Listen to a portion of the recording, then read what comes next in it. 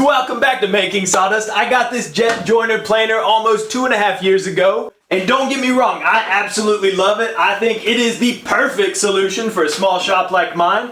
But the one place I found it lacking is that you can't store material on top like you would a lot of planers. But of course every problem has a solution, and mine is normally made of wood. Let's get started and stick around to the end so you can see those extra little features that give it that little bit of magic. I need to pick out a board to make the frames out of, and I think I have just the one. A little under 5 feet, this was once a 2x6, but it's still over 2.5 inches wide, which will let me get 2 passes at the table saw, but first we need to plane it down to 1 1/8.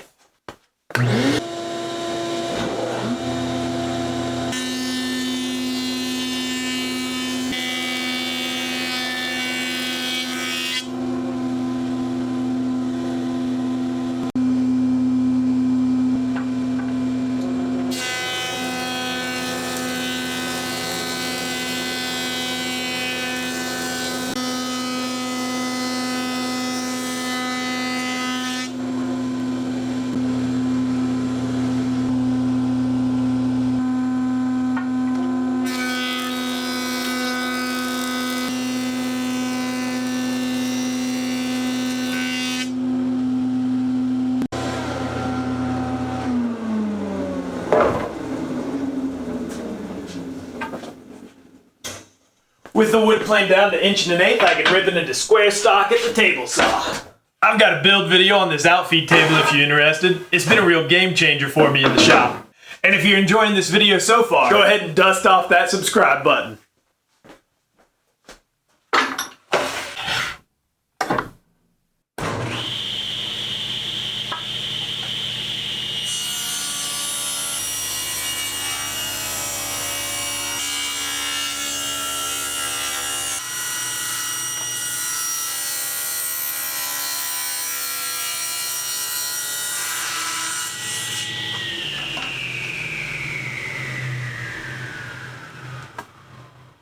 Stock is 1 1/8 square. Now I can start cutting it to length and doing some joinery. And all of this will happen at the table saw. These initial cuts will just be rough into length, because then I'll be switching out sleds to put a 6.5 degree miter on half of the ends.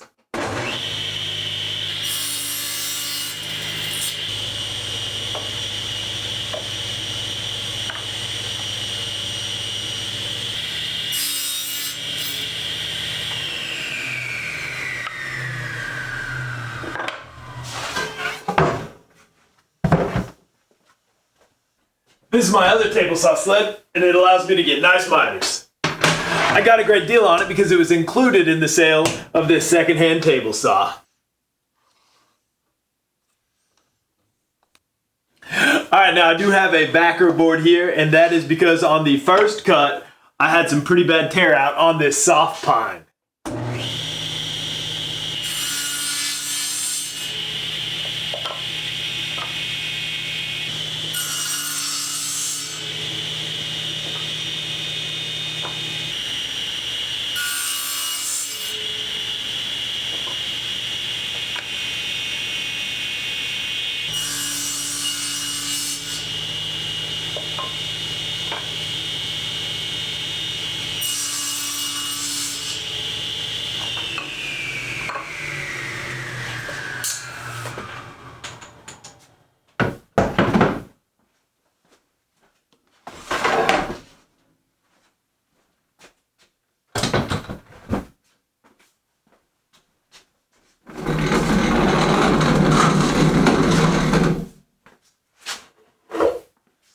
This is where the rubber meets the road. I'll be joining all these pieces with bridle joints. That's the whole reason I made this jig last time. Remember when I planed the stock down to 1 1/8? That's because that is 9/8, which divides evenly by 3. So for the first half of the joint, I'll be cutting away the middle third, but on the mating pieces, I'll be cutting away the outer 2/3. I've got the blade height set to 1 1/8. I've got the table saw fence set the appropriate distance away. I've got the fence on the jig set to the right angle. All I gotta do is get over my fear of messing it up.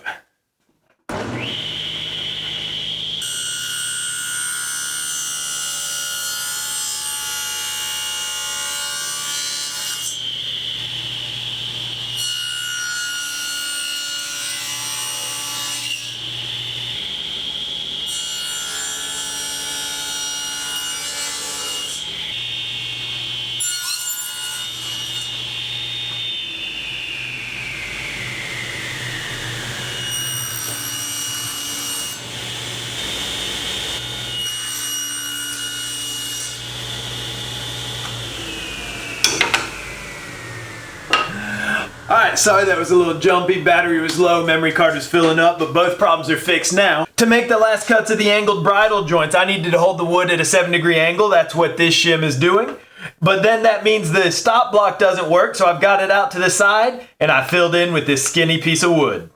I still have 4 more bridle joints to cut, but they are square joints rather than at an angle, so they'll be easier to cut because I can make 2 passes for each setup, turning the block around. That wasn't possible on the angled bridle joint because when you turn the block around, the angle at the bottom would no longer line up. So you had to move the fence after every single cut. This should speed the process up a lot and get us ready for our first glue up.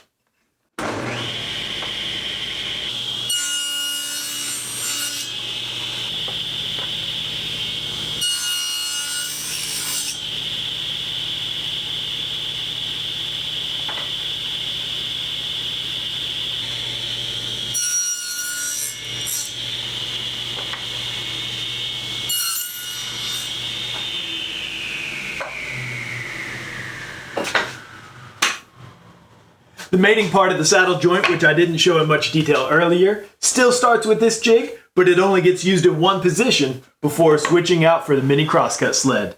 Let me get this one position lined up and we're ready to roll.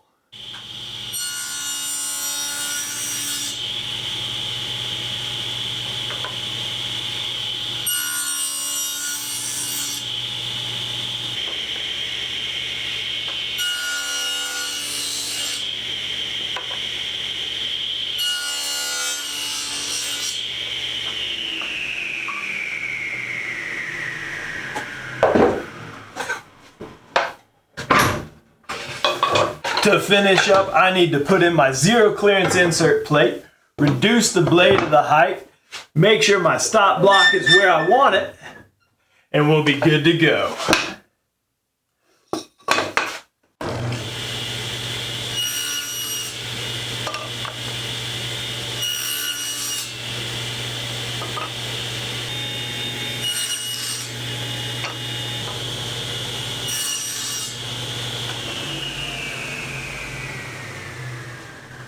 Alright, glue up is pretty easy. Put glue on both sides, spread it around,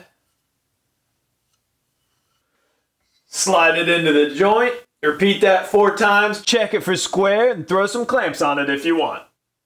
While the glue dries on those frames, we can make some dowels to connect them together.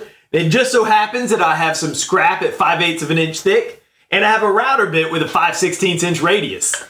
I made a video about 2 months ago making your own dowels, so quick version here. At the table saw, you need to rip it down to square stock, and then at the router table, round over each edge.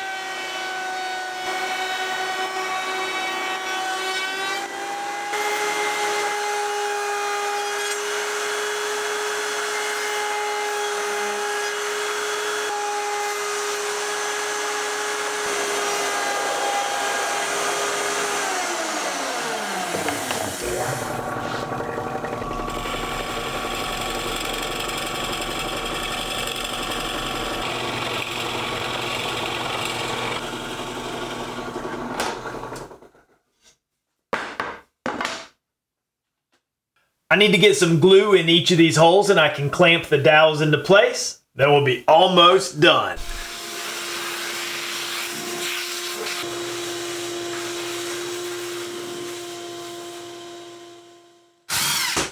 Alright, don't go anywhere yet because I've got 3 tips to make it even better. Add a coat of paste wax to the top of the dowels, not only to give them a tiny bit of protection, but also to make sure stock really glides across on loading and unloading. Adding some cardboard to the bottom of these magnetic feet is going to keep the paint job on the joiner planer looking as good as possible. I wanted to use cork, but my cork is 1/8 of an inch thick, and I tried putting that between the magnet and the metal, and the attraction was just too weak to my liking. So this thing cardboard will do just fine. You can't store it on the planer all the time or else you'll never be able to use it as a joiner. But if you glue 4 washers somewhere that's a little out of the way, but within easy reach, you'll be able to get to it anytime you need.